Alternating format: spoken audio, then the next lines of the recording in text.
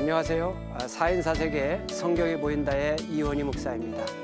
오늘부터는 4회에 걸쳐 성경 지리의 하이라이트라고 볼 수 있는 이스라엘 백성들의 출애굽 여정지에 함께 하시겠습니다.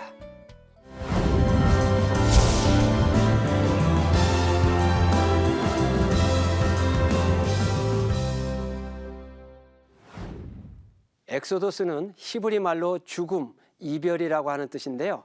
즉 세상 나라의 대표성이 있는 애굽 땅을 소망 없는 죽음의 땅이라 지칭한 말이기도 합니다. 하늘나라를 소망하는 사람들이 믿음의 관점으로 봤을 때 말이지요. 자, 하늘나라 소망하는 이스라엘 백성들이 이런 애굽에서 가나안으로 향합니다. 이 출애굽은 람세서부터 출발해서 요단강을 건너기까지 이루어집니다. 오늘은 출애굽의 첫 번째 시간으로 람셋에서 홍해 바다까지의 여정을 떠나 보겠습니다.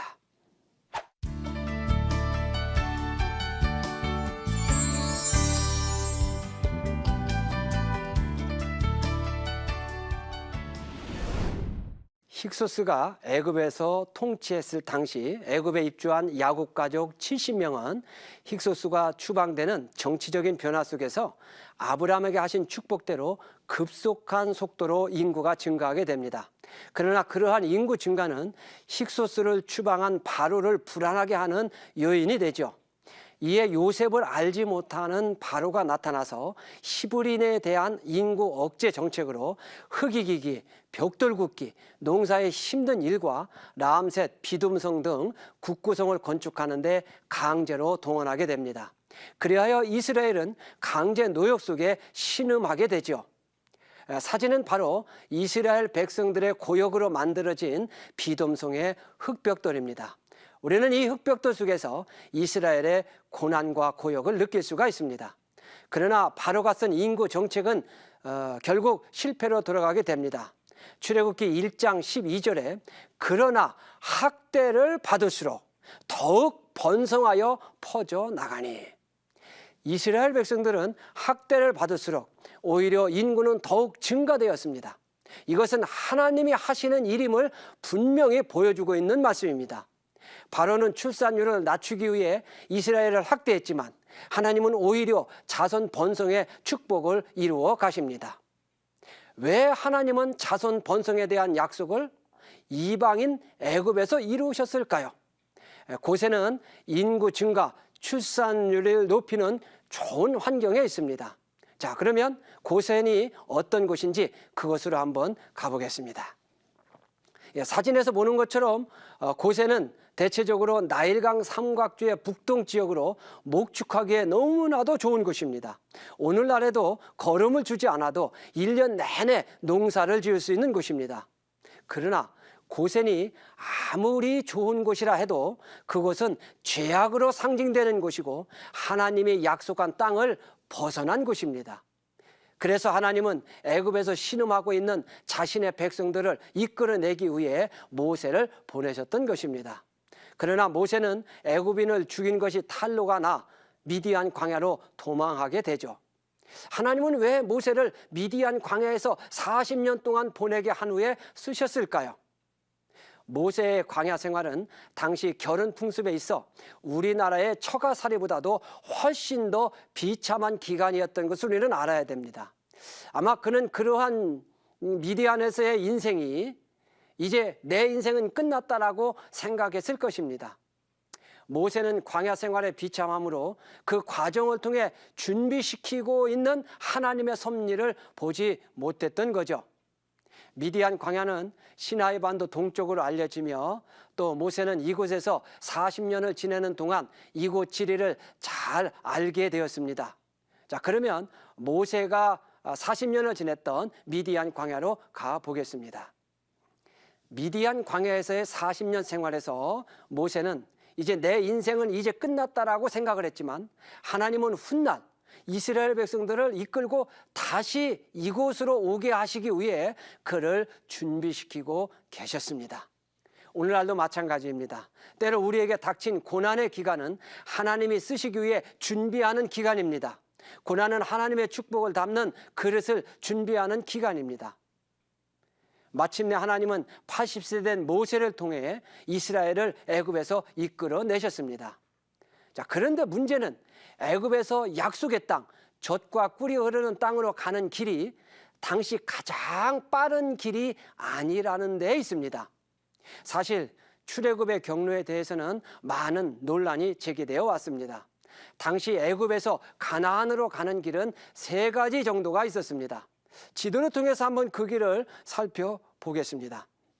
첫 번째로 가장 빠른 길로 지중 해안가를 따라가는 소위 블레셋 길입니다. 이 길은 짧지만 그 마지막에 가장 강력한 블레셋이 있는 지역입니다. 그러므로 이 길은 가나안으로 들어가지 못하는 길입니다. 신앙의 여정도 이 길과 같이 쉽게 믿음의 생활을 하려고 하는 사람들이 있습니다. 그러나 쉽게 예수님을 믿으려고 하는 곳에는 각양 사탄의 교묘한 유혹의 함정이 있습니다. 두 번째는 고센에서 수르 광야 중심부를 통과하여 가나안 남부를 통해 중앙으로 가는 길입니다. 이 길은 어느 정도 고난이 따르는 길입니다. 그러나 이 길도 역시 마지막에는 에돔이 버티고 있는 그러한 길입니다. 에돔은 블레셋같이 강한 대적은 아니지만 하나님이 허락하지 않는 길입니다. 그러므로 이 길도 천국으로 상징되는 가나안으로 들어가지 못하는 길입니다. 세 번째는 온을 떠나 수에즈만 북단을 거쳐 시나이 반도 중앙부를 통과하여 아카바만으로 직행하는 길입니다. 이 길은 가장 힘든 길입니다. 그러나 이 길 역시 가나안으로 갈 수 없는 길입니다. 천국으로 상징되는 가나안, 그 길로 가는 길, 곧 천국으로 가는 길은 하나님이 인도하는 길만이 유일한 길입니다. 그래서 하나님은 이스라엘의 출애굽 경로를 바로 위의 3가지 길과 전혀 다른 길로 홍해 광야길로 인도하셨습니다. 당시 애굽에서 가나안으로 가는 가장 빠른 길은 출애굽기 13장 17절에 나오는 말씀처럼 지중 해안가를 따라가는 블레셋 길입니다. 그러나 하나님은 그 길로 인도하지 않고 당시 광산길인 전혀 다른 길로 인도하셨습니다. 왜 하나님은 이스라엘을 광야길로 인도했을까요? 출애굽기 13장 17절 중반절 말씀처럼 이스라엘이 전쟁을 하게 되면 마음을 돌이켜 다시 애굽으로 돌아갈까 했기 때문이었습니다. 바로 직통으로 가나안에 들어가게 되면 바로 그들은 전쟁을 보고 두려워 다시 애굽으로 돌아가려고 했기 때문입니다. 그러니까 바로 천국으로 들어갈 수 있는 자격 있는 강한 하나님의 백성으로 만들기 위해 홍해 바닷가로 인도하신 것입니다. 오늘 우리도 마찬가지입니다.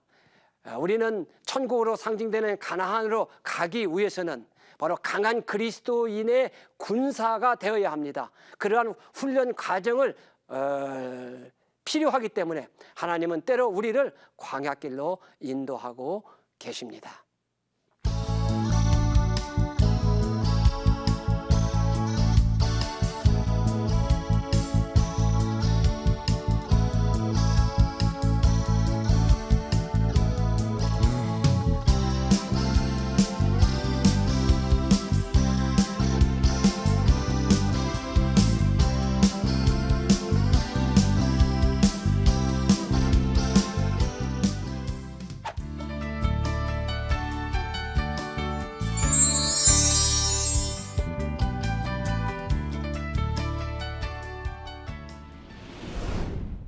다음으로 생각할 것은 이스라엘의 출애굽을 위해서 애굽에 10가지 재앙이 내렸다는 것입니다. 10가지 재앙은 애굽의 10개의 신에 대한 징계의 의미가 있습니다. 특히 마지막 장자의 죽음 재앙은 이스라엘을 위해서 죄 없는 애굽 백성들의 장자까지 죽었다는 사실입니다. 이는 죄 가운데 있는 우리를 살리기 위해서 예수님께서 대신 죽으신 것을 보여줍니다. 또 한 가지 10가지 재앙을 기적을 보여준 것은 이스라엘 백성들이 애굽에서 나와 광야 생활을 하는 가운데 닥치는 온갖 고통과 고난 속에서 전능한 하나님을 믿고 의지하라고 하는 뜻이 있습니다. 무슨 뜻입니까? 광야의 고난과 고통 속에서도 10가지 재앙의 기적을 내리면서까지 구해준 능력의 하나님을 신뢰하며 용기를 잃지 말고 광야를 지나 젖과 꿀이 흐르는 가나안 땅으로 나가라고 하는 뜻입니다. 그리고 마침내 이스라엘은 라암셋에서 모여 애굽을 탈출하게 됩니다. 그런데 하나님의 훈련 과정은 단계적인 것을 알 수 있습니다. 하나님은 감당할 시험밖에 허락하지 않는다는 말씀처럼 바로 1년 중 가장 좋은 계절인 아비벌, 태양력으로 말하면 3, 4월에 출애굽을 하도록 인도하셨습니다. 그럼 먼저 이스라엘의 출애굽 출발지인 라암셋으로 한번 가보시겠습니다. 라암셋은 애굽의 북동부, 그러니까 나일강 삼각주 지역에 위치한 오늘날 산엘 하가르로 이집트의 수도 카이로에서 북쪽으로 250km 떨어진 곳에 있습니다. 이 라암셋을 출발한 이스라엘은 며칠이 안 되어 광야로 들어서게 됩니다. 만일 이스라엘이 한여름이나 비가 오는 겨울 우기 때에 애굽에서 나왔다면 그들은 하루 이틀이면 도착하는 광야에서 견디기 어려웠을 것입니다. 그러나 하나님은 우기가 막 끝난 가장 좋은 3월과 4월에 맞춰 출애굽을 시키셨습니다. 이때 장정만 60만 명이니까 부인과 자녀 2명으로 계산하면 240만 명이나 되는 많은 사람들이었습니다. 그러니까 70명이 들어가서 400년 만에 240만 명 정도가 된 것입니다. 마침내 이러한 많은 이스라엘 백성들이 라암셋에서 출발해서 이제 숲곳에서 처음으로 장막을 치게 됩니다. 그리고 그곳을 떠나 다시 에담에 장막을 쳤고 다시 그곳을 출발하여 비하이롯과 바알스본 맞은편 홍해 바닷가에 진을 치게 됩니다. 이때부터 하나님은 낮에는 구름 기둥으로 밤에는 불 기둥으로 이스라엘을 인도하셨습니다. 그러나 출애굽한 후 홍해 바닷가에 3번째로 장막을 쳤을 때 바로는 이스라엘 백성들을 보낸 것을 후회하고 특별병거 600승과 애굽의 모든 병거를 동원하여 이스라엘을 뒤쫓아오게 됩니다. 사진은 바로 그 당시에 바로의 병거의 모습을 볼 수 있습니다. 이스라엘은 꼼짝없이 홍해와 뒤로 바로의 군대 사이에 갇히고 맙니다. 홍해에 대해서는 많은 논란이 있어 왔습니다. 그러나 성경에 근거하면 홍해는 라암셋에서 이스라엘이 3번째 장막을 친 정도의 거리니까 한 20km 정도의 거리였을 것이라고 생각이 됩니다. 오늘날 이곳은 수에즈 운하가 지나가는 빅토호수로 주장되고 있습니다. 자, 그러면 이스라엘이 갇혔던 홍해 바다로 한번 가보겠습니다. 출애굽은 은혜를 주신 만큼 믿음을 요구하는 역사입니다. 이스라엘은 이곳에서 첫 번째로 신앙 훈련의 테스트를 받게 됩니다. 그것은 사면초가와 같은 상황에서 10가지 기적을 베푼 하나님 앞에 어떤 모습으로 서야 하느냐 하는 것이었습니다. 그러나 이스라엘은 홍해가에서 하나님을 원망을 하게 됩니다. 출애굽기 13장 11절에 그들이 또 모세에게 이르되 애굽에 매장지가 없어서 당신이 우리를 이끌어내어 이 광야에서 죽게 하느냐? 어찌하여 당신이 우리를 애굽에서 이끌어내어 우리에게 이같이 하느냐? 저는 이집트 수도 카이로에 있는 무덤 지역을 답사한 적이 있었습니다. 지금까지도 상상하지 못할 정도로 건물로 된 수많은 무덤들이 있는 것을 보고 너무 놀랐습니다. 한 나라의 수도 한복판에 이렇게 많은 무덤이 있는 것이 이해가 되지 않았습니다. 그리고 바로 그곳에서 이스라엘 백성들의 원망을 이해할 수가 있었습니다. 10가지 재앙의 기적을 보았음에도 그들은 왜 원망했을까요? 그들은 넘실거리는 홍해와 바로 군대의 외적 환경만을 보았기 때문입니다. 그러나 하나님은 바다 밑에 이미 길을 준비해 놓으셨습니다. 인생길에도 홍해가의 이스라엘 백성들처럼 사면초가와 같은 경우가 있습니다. 만일 우리도 외적인 환경만을 바라본다면 바다 밑에 이미 길을 예비해 놓으신 하나님의 길을 볼 수 없습니다. 예수 그리스도를 통해 구원의 크신 역사를 베푸신 전능하신 하나님을 믿는 믿음을 가질 때 사람의 눈에는 보이지 않는 하나님이 준비하신 바다 밑에 있는 길을 보게 될 것입니다. 하나님은 바다 밑에 미리 길을 준비해 놓으셨습니다.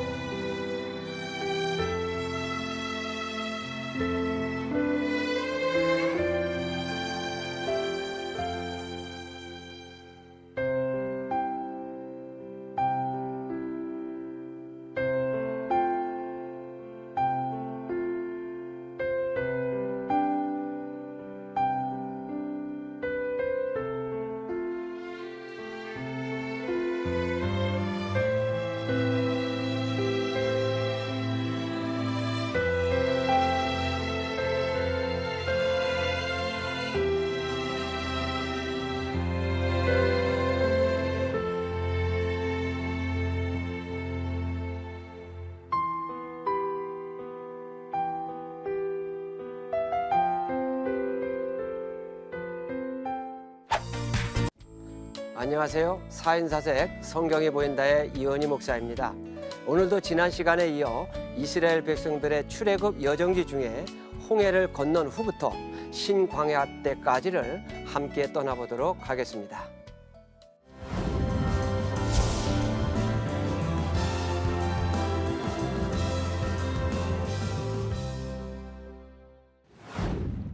애굽에서 나온 이스라엘 백성들은 첫 번째로 바로 홍해라고 하는 장애물을 만나게 됩니다.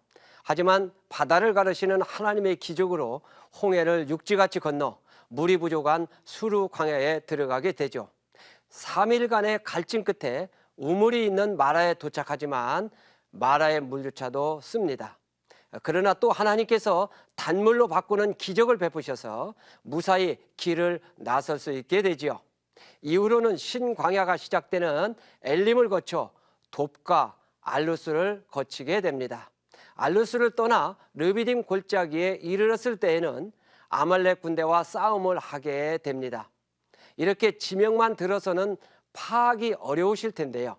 그럼 날마다 하나님의 기적을 체험하는 이스라엘 백성들의 신광야까지의 여정에 함께 하시겠습니다.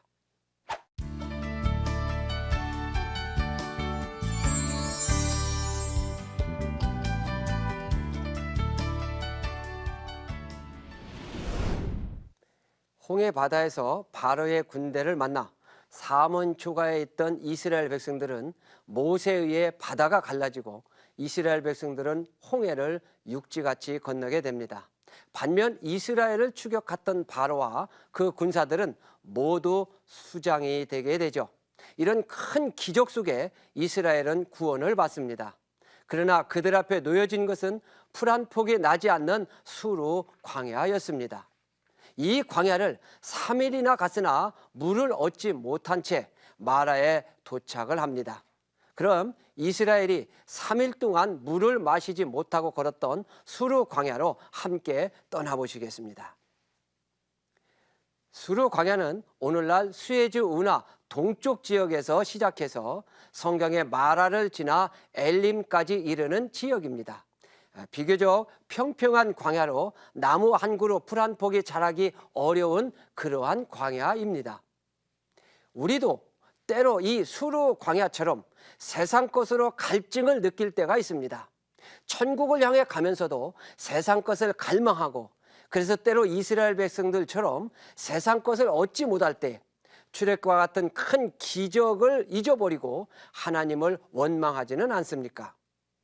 어쨌든 3일 만에 도착한 마라에는 우물이 있었으나 물이 써서 마시지 못하자 이스라엘은 다시 하나님과 모세를 향해 원망을 쏟아냅니다. 3일 전에 있었던 바다를 갈라지게 하는 기적도 목마름 속에 있는 이스라엘 백성들에게는 아무런 소용이 없었습니다. 그러면 이스라엘 백성들이 원망했던 마라로 함께 떠나보시죠.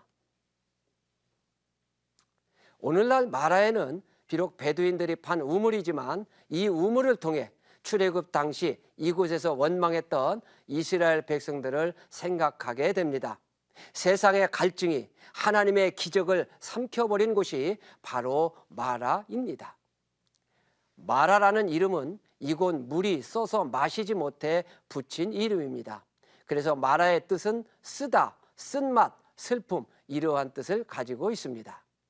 그러나 원망하는 이스라엘을 향해 하나님은 한 나무를 지시하시고 물이 써서 마시지 못하는 우물에 그 나뭇가지를 던져 단물로 바꾸어 이스라엘 백성들에게 마시도록 했습니다. 그리고 하시는 말씀이 나는 너희를 치료하는 여호와 라파라고 말씀하셨습니다. 믿는 자에게 출애굽 여정은 죄악된 애국과 같은 세상에서 나와 천국으로 상징되는 가나안으로 가는 여정 중에 나타나는 모든 상황을 보여줍니다. 그 중에 마라는 쓰다라고 하는 뜻처럼 믿는 자의 길에도 마라 같은 쓴 인생의 여정이 있음을 보여줍니다. 그러나 그러한 쓴 인생의 여정이 있을 때 어떤 모습으로 우리는 하나님 앞에 서야 하겠습니까?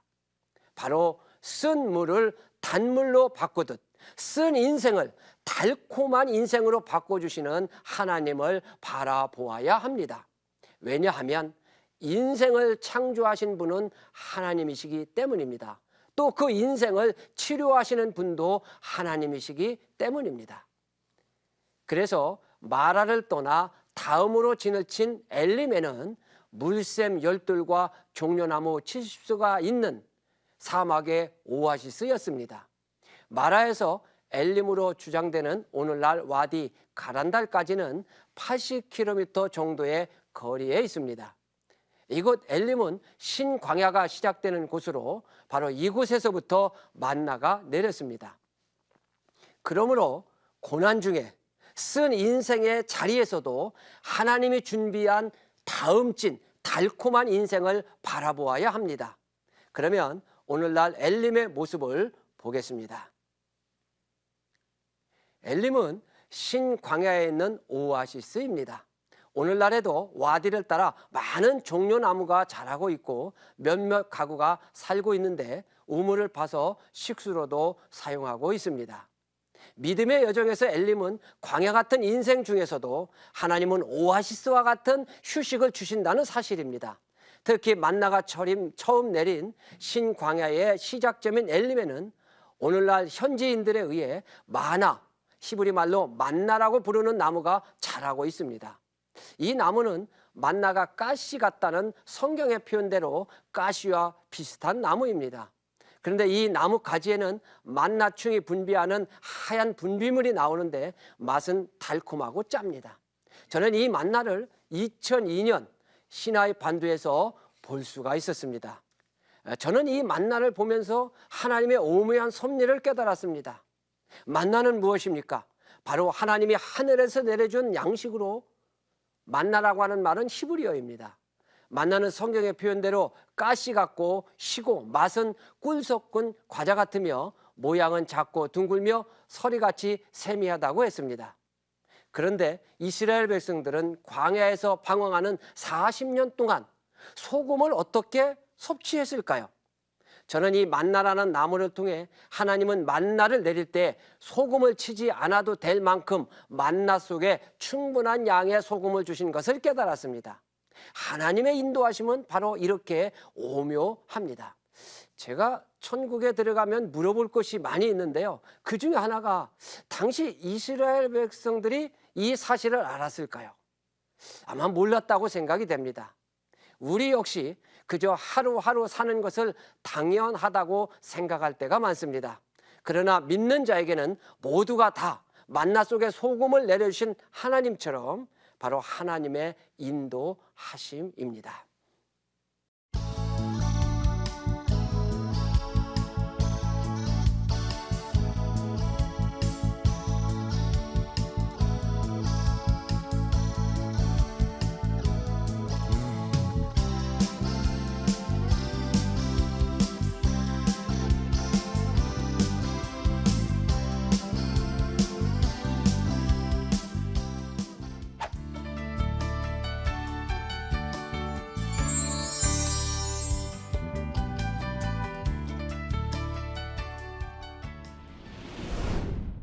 신광야가 시작되는 엘림을 떠난 이스라엘은 이제부터는 신광야의 중심부로 들어가 광야를 걷게 됩니다. 그러면 신광야가 어떤지 한번 그곳으로 가보겠습니다. 신광야는 엘림에서 르비딤까지의 지역입니다. 라암세스에서 신광야까지는 한 달 걸렸으며 또 출애굽한 후 세 번째로 이곳에서 심한 말로 원망을 하게 됩니다. 이스라엘 자손이 그들에게 이르되 우리가 애굽 땅에서 고기 가마 곁에 앉아 있었던 때와 떡을 배불리 먹던 때에 여호와의 손에 죽었더라면 좋았을 것을 너희가 이 광야로 우리를 인도해 내어 이 온 회중이 주려 죽게 하는도다. 그러자 하나님은 그들에게 하늘에서 만나를 내려주셨습니다. 하나님은 때로 우리에게 광야를 주십니다. 그래서 인생은 광야와 같다고 우리는 말합니다. 문제는 우리가 광야와 같은 인생을 만날 때 어떤 모습으로 하나님 앞에 서야 하느냐 하는 것입니다. 광야는 어떤 곳입니까? 그것은 인간의 노력으로 살 수 없는 곳입니다. 그래서 광야의 훈련이란 오직 하나님만을 의지하는 훈련입니다. 하나님이 주시면 먹고 주지 않으면 굶는 것입니다. 그런데 이스라엘 백성들은 이러한 광야에서 하늘에서 내려주시는 만나를 먹으면서도 땅에서 나는 떡을 갈망했다는 것입니다. 우리 역시 그 옛날 이스라엘 백성들처럼 광야 같은 인생을 살면서 세상 것을 먼저 구하면서 살고 있지는 않습니까? 저는 18년 전 처음 성지순례를 갔을 때에 광야의 시띠나무를 보고 너무 큰 은혜를 받았습니다. 한번 광야의 시띠나무를 보시겠습니다. 저는 광야에서 자라는 이 시띠나무를 보고 어떻게 비도 내리지 않는 사막에서 저렇게 큰 나무가 자랄 수 있을까 너무 궁금해했습니다. 알고 보니 시띠나무는 50m건 100m건 그저 물이 있는 데까지 뿌리를 내린다는 사실을 알았습니다. 그때 저는 생명수 되시는 예수님을 생각하게 되었습니다. 아무리 외적 환경이 광야와 같다 할지라도 생명수의 근원이 되신 예수님께 우리의 믿음의 뿌리를 깊게 박으면 우리는 능히 광야 같은 세상 속에서도 살아갈 수 있다는 깨달음을 얻은 것입니다. 그렇습니다.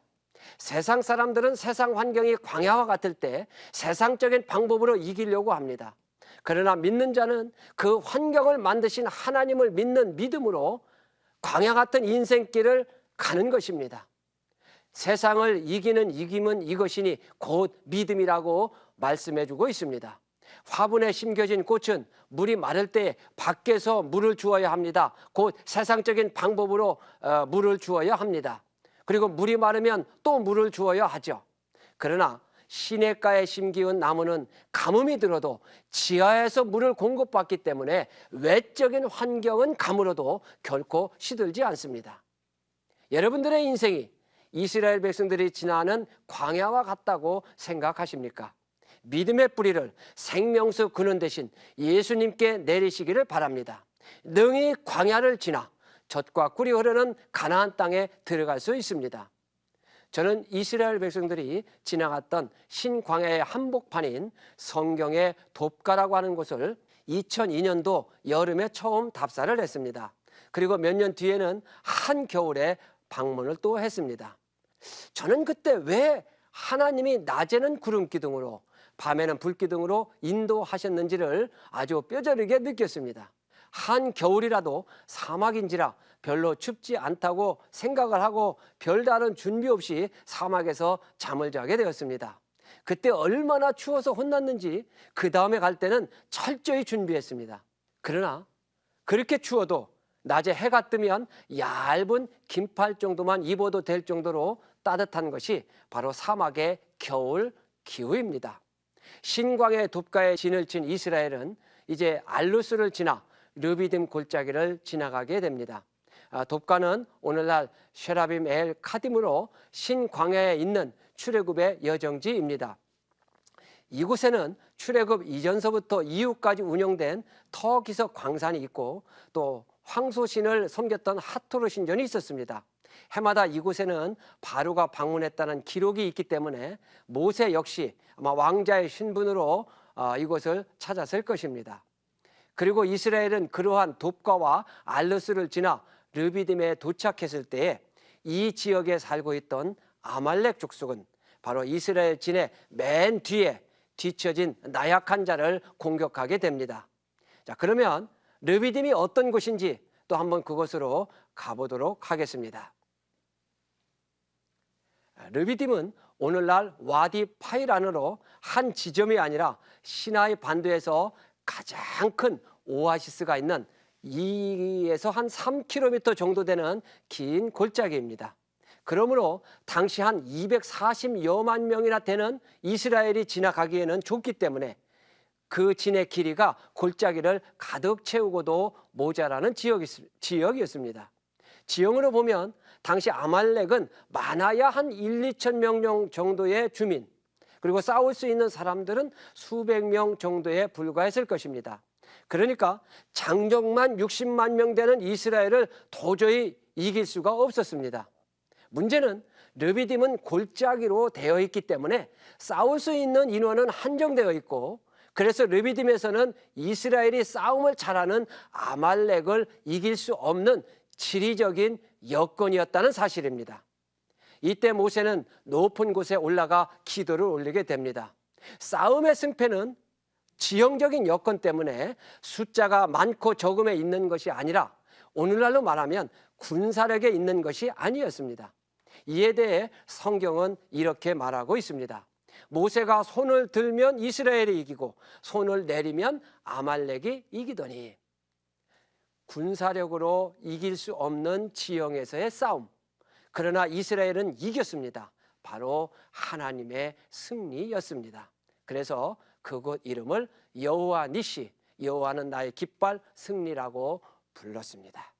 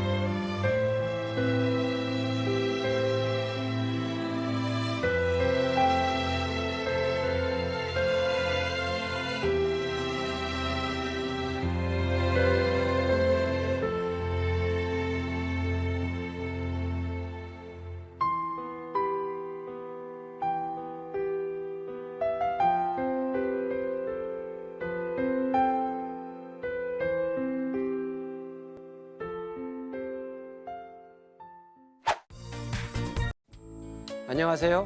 4인사색 성경이 보인다의 이원희 목사입니다. 지난 시간에는 이스라엘의 출애굽 여정지 중에 신광야까지를 살펴보았는데요. 이 시간에는 이제 르비딤을 떠나 정탐꾼을 보낸 가데스 바네아까지 함께 떠나보도록 하겠습니다.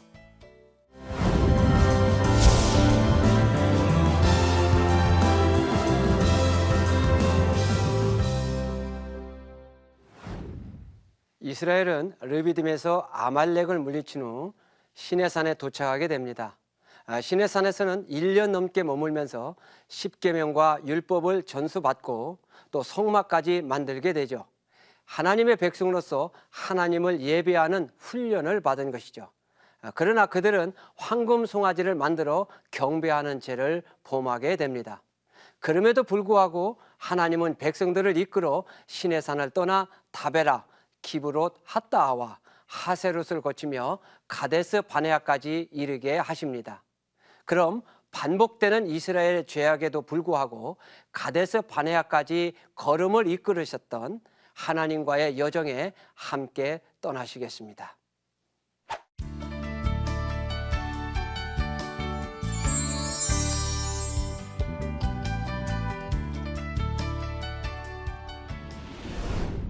르비딤에서 시내산까지는 60km 정도 거리로 신광야와는 달리 지형이 험한 광야로 되어 있습니다.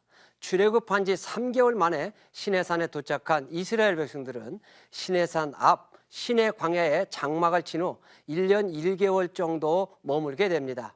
그러면 이스라엘 백성들이 1년 넘게 머문 시내 광야로 가보겠습니다. 이스라엘이 시내산 앞 시내 광야에 진을 치고 있는 동안 모세는 시내산에 올라 십계명을 받고 율법을 받아 이스라엘 백성들에게 선포합니다. 시내산의 위치에 대해서는 대략 12곳이 주장되고 있습니다. 그 중에 성지순례 때 가는 시나이 반도의 제벨 무사와 또 같은 시나이 반도 내에 있는 후카와 와디 파이란의 세르발산, 그리고 사우디아라비아의 라우즈 산 등 4곳으로 압축됩니다. 그 중에서 가장 정통적으로 주장되어 온 곳이 바로 시나이 반도 남쪽의 제벨 무사라는 곳입니다. 그럼 먼저 제벨 무사라 불리는 시내산으로 가보겠습니다. 시내산은 우리나라 한라산과 백두산 사이의 정도의 해발 2285m 되는 높은 산입니다. 보통 성지순례 때는 새벽 2시에 1500m 고지에 있는 성 캐더린 수돈에서 낙타를 타고 1시간 한 20분 정도 간 후 다시 700계단이라고 부르는 가파른 길을 40분 정도 올라가면 정상에 오를 수 있습니다. 그러나 모세가 올라갔다고 하는 길은 성지순례 때 가는 길이 아닌 험한 계곡 사이로 난 가파른 길로 올라가야 하는데요. 도중에 고백의 문을 지나게 됩니다. 사진에서 보는 이 문은 한 수도사가 자신의 죄를 고백하지 않으면 지나가지 못하게 했다고 해서 바로 고백의 문으로 붙여진 그런 곳입니다. 그리고 이 고백의 문을 지나 조금만 더 올라가면 장로 70인이 머물렀다고 하는 장소가 있습니다. 지금도 우물이 남아있고 몇 그루의 나무가 자라고 있습니다. 그러니까 이스라엘 백성들은 시내산 앞 시내 광야에서 진을 치고 있었고 장로 70인은 시내산 중턱까지 오를 수 있었습니다. 여호수아는 좀 더 올라갈 수가 있었고 모세만이 정상까지 올라가 하나님으로부터 말씀을 받았습니다. 하나님은 이 선을 넘으면 죽음을 당할 것이라고 경고하셨습니다. 이는 하나님의 일에 있어서도 직분상 경계가 있음을 보여주는 것입니다. 일반 백성은 백성으로서의 경계가 있고 직분자는 직분자로서의 경계가 있으며 목회자는 목회자로서의 경계가 있습니다. 모세는 바로 이 산 정상에서 받은 십계명과 율법을 선포했습니다. 이는 시내산이 이스라엘 백성들에게 있어 하나님의 백성으로서의 정체성을 확립시키는 장소임을 보여주는 것입니다. 자, 지리적으로도 봐도 시내산은 출애굽 여정지 중에 가장 남쪽에 위치하고 있습니다. 마라톤으로 말하면 가나안으로 가는 여정 중에 반환점과 같은 곳이죠. 이제까지 라암셋에서 계속 내려왔으나 이제 시내산을 기준으로 해서 가나안으로 계속 올라가는 길입니다.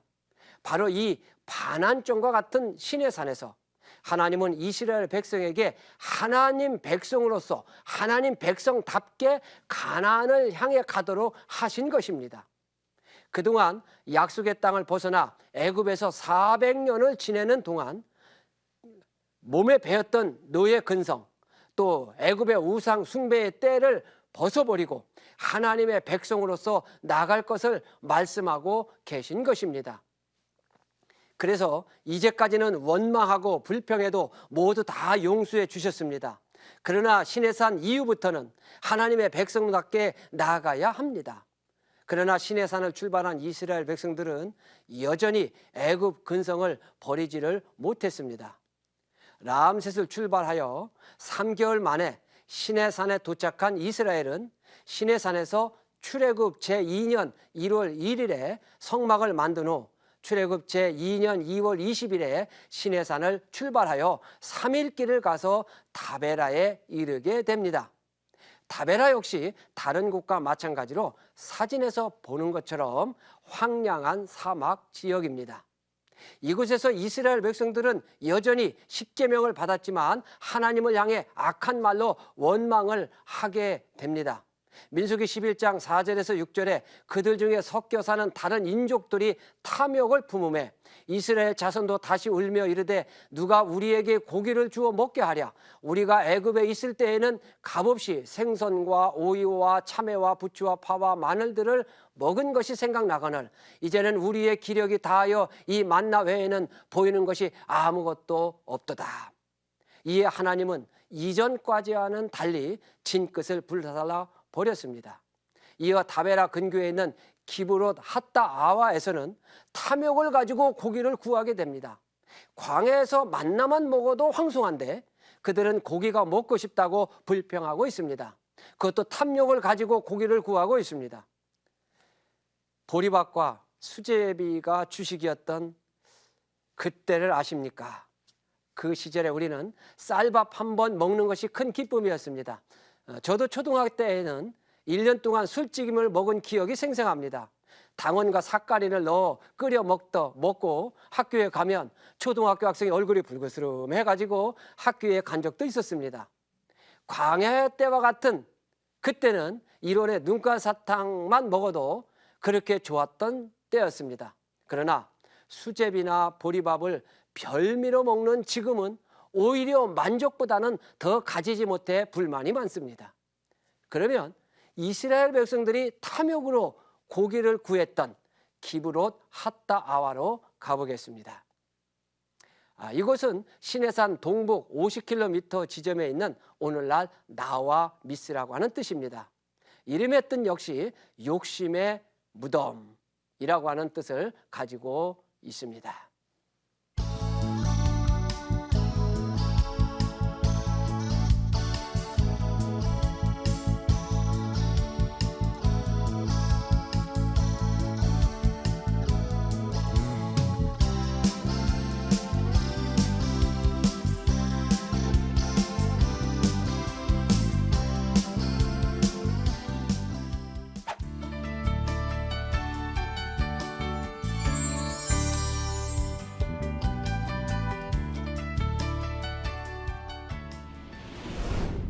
하나님은 고기를 줄 능력이 없기 때문에 고기를 주지 않은 것이 아니었습니다.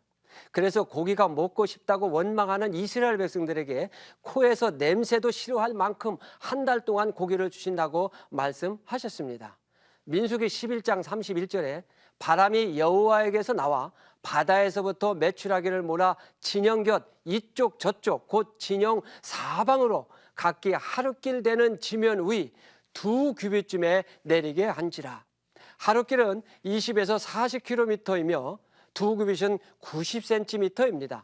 그러니까 사방으로 20에서 40km에 높이 90cm로 메추라기를 보내주셨습니다.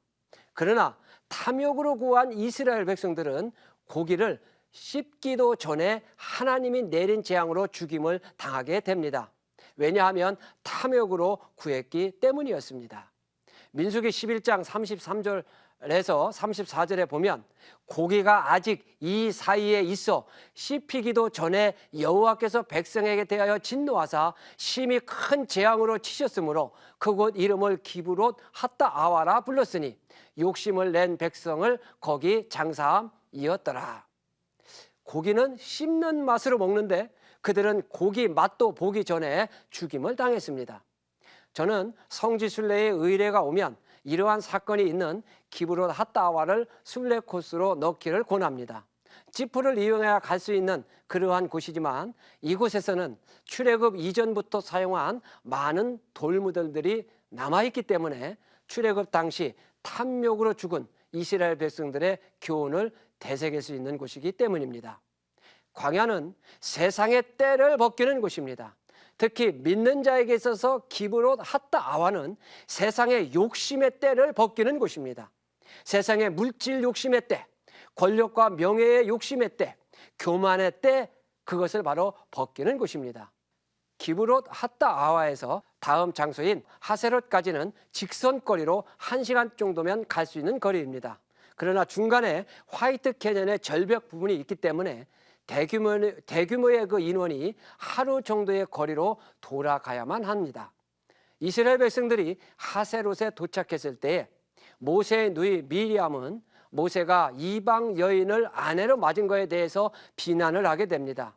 그러한 미리암에게 하나님은 진노하여 납병에 들게 하였고 미리암은 살이 반이나 썩어 들어갔습니다. 이에 모세는 북쪽 가나안으로 가던 이스라엘 진을 멈추고 하세롯에서 일주일간이나 머물게 됩니다. 자, 그러면 하세롯이 어떤 곳인지 함께 가보겠습니다. 하세롯은 바란 광야에 있는 하나의 오아시스 지역입니다. 제가 이곳을 처음 답사했을 때에는 바위 밑에서 샘이 솟아나는 것을 확인할 수가 있었습니다. 이스라엘은 지금 하루라도 빨리 하나님이 약속한 젖과 꿀이 흐르는 땅을 향해 진군해야 했습니다. 그러나 미리암의 비난으로 인해 생긴 그의 납병으로 가던 길을 멈추고 일주일 동안이나 머물 수밖에 없었던 곳입니다. 자, 그러면 믿는 자에게 하세롯은 바로 말 조심이 얼마나 중요한지를 보여주는 곳입니다. 비난은 천국으로 가는 길을 멈추게 합니다. 신앙은 그리스도인의 장성한 분량까지 계속해서 성장해야 합니다. 하세롯에서 우리는 비난이나 비방하고 남을 헐뜯는 말이 아니라 격려하고 용기를 주는 긍정적인 말이 얼마나 귀한 것인지를 깨닫게 해주는 곳입니다. 이제 하세롯을 떠난 이스라엘은 다시 젖과 꿀이 흐르는 가나안을 향해 북쪽 가데스 바네아를 향해 계속 진군합니다. 하세롯에서 가데스 바네아까지는 직선길로 200km, 현대 와디길로는 280km 정도 됩니다. 바로 이스라엘 백성들이 이 거리를 20군데 진을 쳤기 때문에 그들은 한 10km 내지 20km마다 진을 친 것을 우리는 알 수가 있습니다. 이때 진을 친 장소들은 대부분 확인할 수 없는 곳이지만 성경에는 린마, 분의 야간, 굿고다, 욤바다, 아브로나, 에시온 게벨을 지나 마침내 가나안의 코앞인 가데스 바네아까지 도착하게 되었다고 기록하고 있습니다. 이제 바로 올라가면 약속의 땅 최남단의 도시 브에셀바까지는 며칠이면은 갈 수 있는 거리에 있습니다. 이스라엘은 이곳에서 먼저 이제 각 지파에게 한 명씩 대표자 한 명씩을 뽑아 정탐꾼을 보냅니다. 성경에 보니까 이때는 포도를 수확하는 시기인 7월에서 10월로 가장 더울 때였습니다. 12명의 정탐꾼들은 정탐을 마치고 돌아오던 중 헤브론에 있는 에스골 골짜기에서 포도송이를 따서 두 사람이 함께 메고 옵니다. 아마 저뿐만이 아니라 많은 분들이 포도가 얼마나 크기에 두 사람이 함께 메고 왔을까 막 궁금해 하실 것입니다. 먼저 오늘날 이스라엘 지역의 포도를 한번 보시겠습니다. 한 넝쿨에 포도송이들이 다닥다닥 달려있는 것을 볼 수 있습니다. 정탐꾼들은 될 수 있는 대로 시들지 않는 포도를 보여주고 싶었을 것입니다. 그래서 포도를 딴 헤브론 에스골 골짜기에서 가데스 바네아까지 2, 3일 정도 걸리는 거리를 오는 동안 시들지 않게 하기 위해서 둥지채 잘랐던 것이죠. 그러나 그들의 보고는 자신들이 보고 온 땅에 대한 해석이 달랐습니다. 결국 불신앙적인 보고를 한 10명의 정탐꾼들의 보고로 인해 이스라엘 백성들은 또다시 원망을 하게 되었고 결국 이스라엘은 그들이 가고자 했던 가나안 입주를 40년 뒤로 미룰 수밖에 없었습니다. 시내산을 출발하여 가나안 코앞까지 온 이스라엘은 가데스 바네아에서의 원망으로 인해 여호수아와 갈렙을 제외한 당시 가나안에 들어가지 못한다고 원망했던 20세 이상의 사람들이 죽기까지 40년을 광야에서 방황하게 됩니다.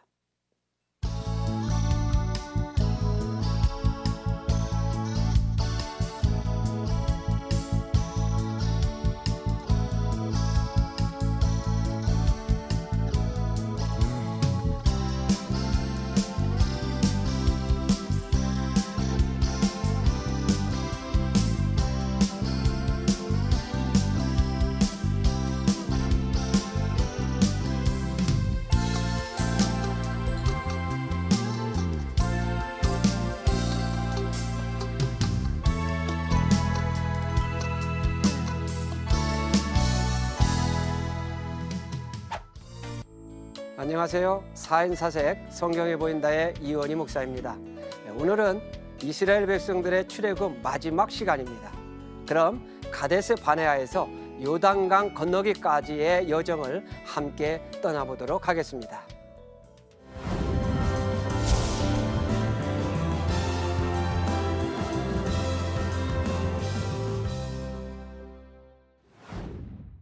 결국 가데스 바네아에서 하나님의 분노를 산 이스라엘은 다시 38년의 광야 생활을 하게 되죠.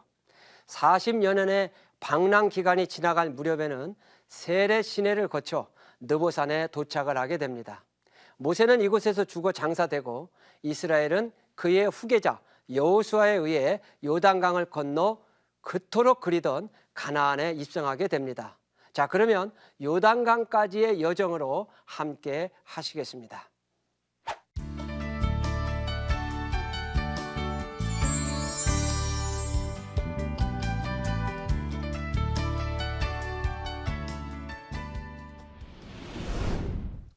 가데스 바네아에서 10명의 불신앙적인 보고를 듣고 원망한 이스라엘 백성은 이후 38년을 광야에서 방랑하게 됩니다.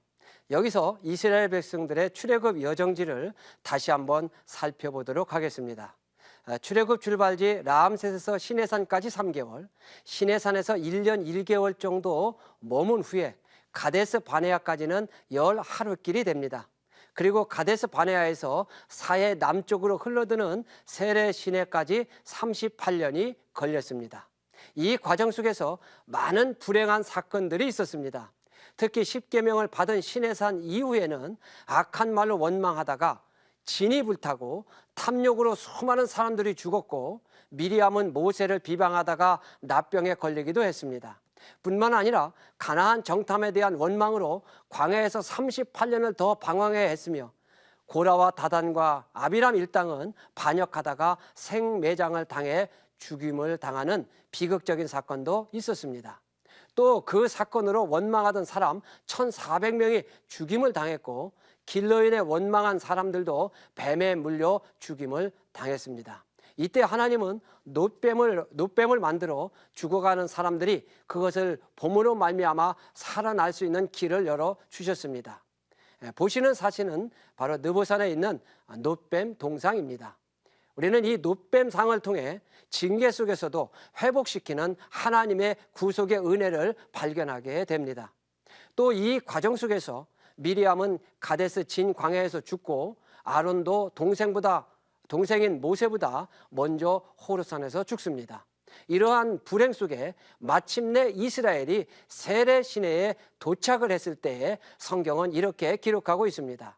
신명기 2장 14절 이하에 가데스 바네아에서 떠나 세례 시내를 건너기까지 38년 동안이라. 이때에는 그 시대의 모든 군인들이 여호와께서 그들에게 맹세하신 대로 진영 중에서 다 멸망하였나니, 여호와께서 그들을 치사 진영 중에서 멸망하신 고로 마침내는 다 멸망하였느니라. 그러므로 세례 시내는 광야 생활을 마친 것을 의미합니다. 그럼 세례 시내로 한번 가보시겠습니다. 세례 시내는 사해 최남단으로 흘러들어오는 오늘날 와디 엘 헤사로, 우기시에는 물줄기가 50km나 되지만 건기시에는 5, 6km 정도밖에 안 되는 곳입니다. 세례 시내를 건너는 순간부터 이스라엘의 광야 생활은 실질적으로 끝이 났습니다.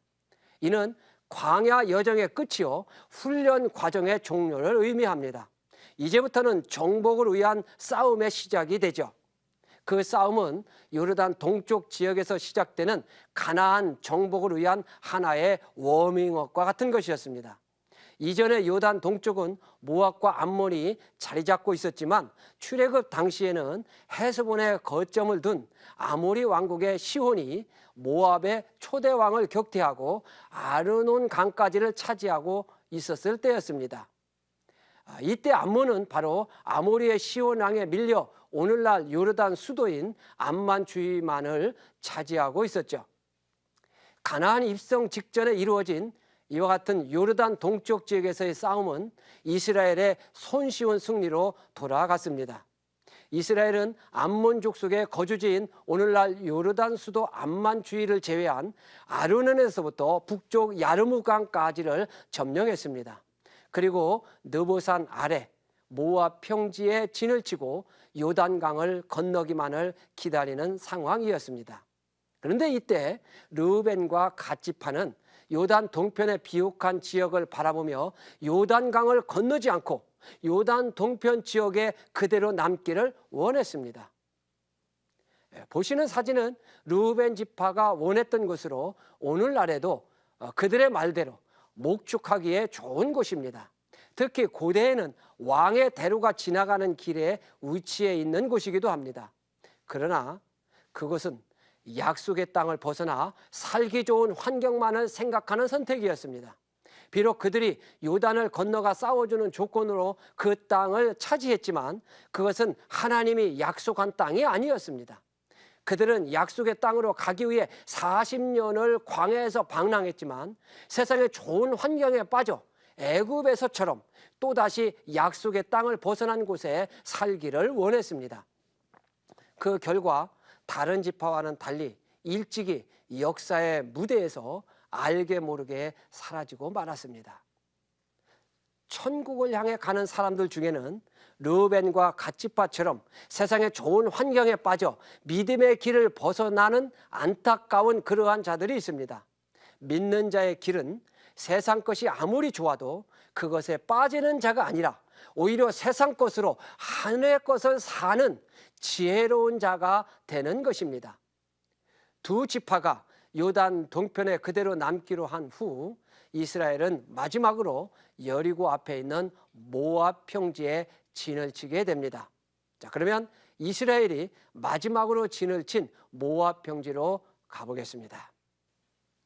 이 모압 평지 바로 앞에는 요단강이 있고 바로 그 건너편에는 가나안의 젖성인 여리고가 있습니다. 출애굽한 이스라엘 백성들 중에 세례 시내까지 올 동안 약속의 땅에 들어가지 못한다고 원망하던 20세 이상의 사람들은 모두 다 죽었습니다. 이제는 대부분 광야에서 태어나 광야만 보고 자랐던 사람들만이 남았습니다. 바로 이들은 광야의 여정 속에서 오직 하나님만을 바라보고 하나님만을 의지하며 나갔던 사람들이었습니다. 이제 이들에게 남은 것은 마지막 관문 요단강을 건너는 것이었습니다.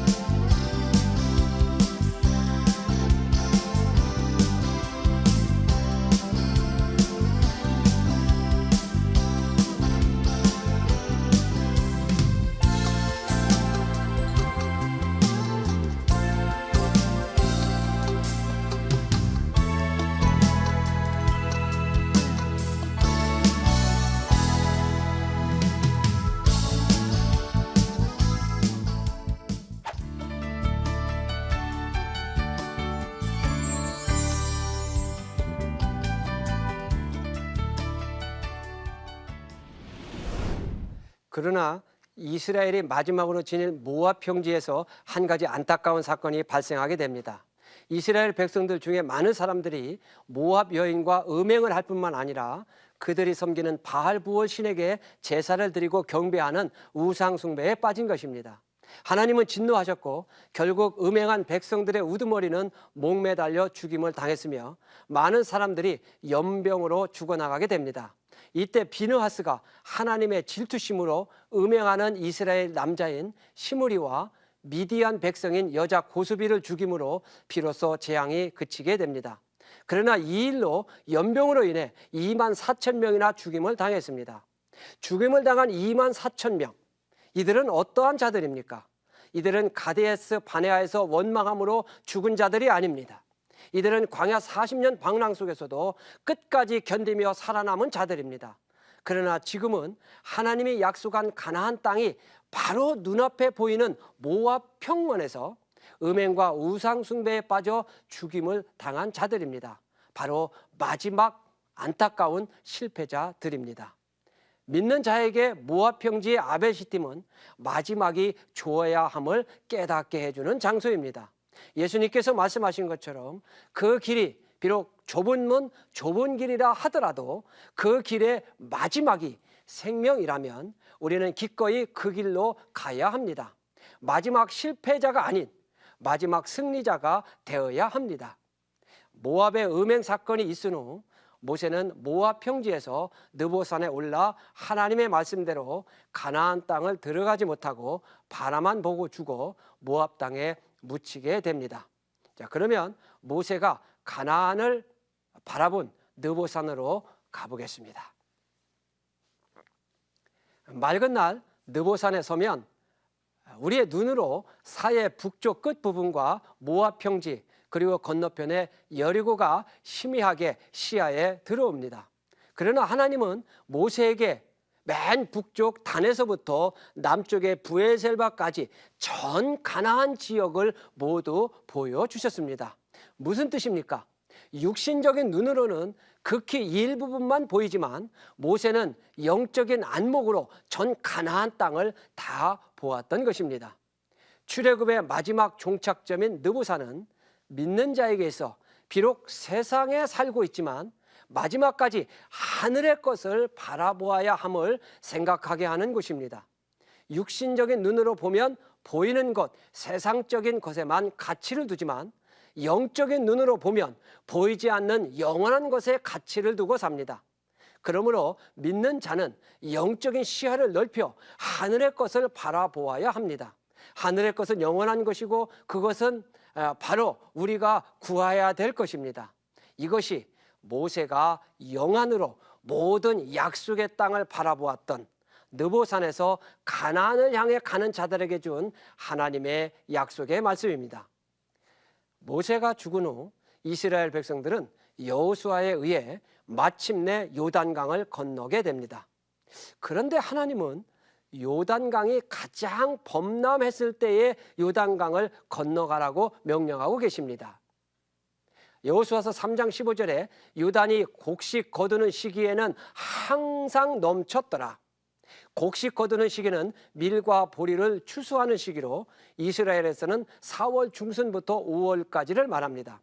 왜 요단강은 비가 내리는 우기 때 겨울에 물이 가장 부는 것이 아니라 우기가 끝난 4, 5월에 요단강이 범람할까요?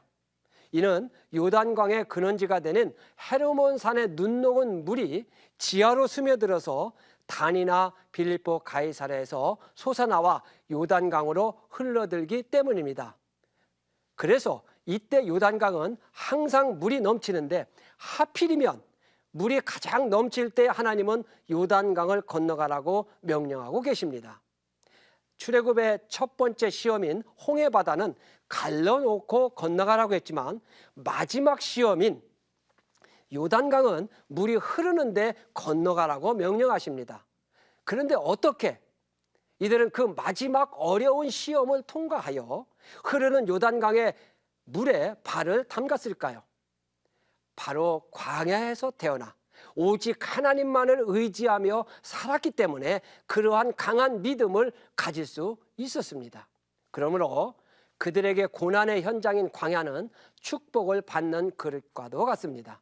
이는 오늘을 사는 우리에게도 마찬가지입니다. 때로 하나님이 광야를 우리에게 허락하시는 것은 바로 하나님의 축복을 주시기 위함입니다. 아니 더 나아가 고난은 하나님의 백성들이 갖는 특권입니다. 왜냐하면 고난은 축복을 담는 그릇이기 때문입니다. 그럼 이스라엘이 건넌 여리고 앞에 요단강으로 가보겠습니다. 오늘날 요단강은 요르단과 이스라엘과의 국경입니다. 여리고 앞에 요단강에는 예수님께서 세례를 베푼 곳을 개방하고 있기 때문에 그 물줄기는 약간 변화가 있지만 그 옛날 이스라엘 백성들이 건넌 여리고 앞에 요단강을 방문할 수 있습니다. 저는 여러 차례 이곳을 방문했지만 그럴 때마다 마지막으로 요단강을 건넌 마지막 승리자가 된 이스라엘 백성들을 생각합니다. 요단강, 그것은 바로 죽음을 넘어 생명으로 가는 마지막 관문입니다.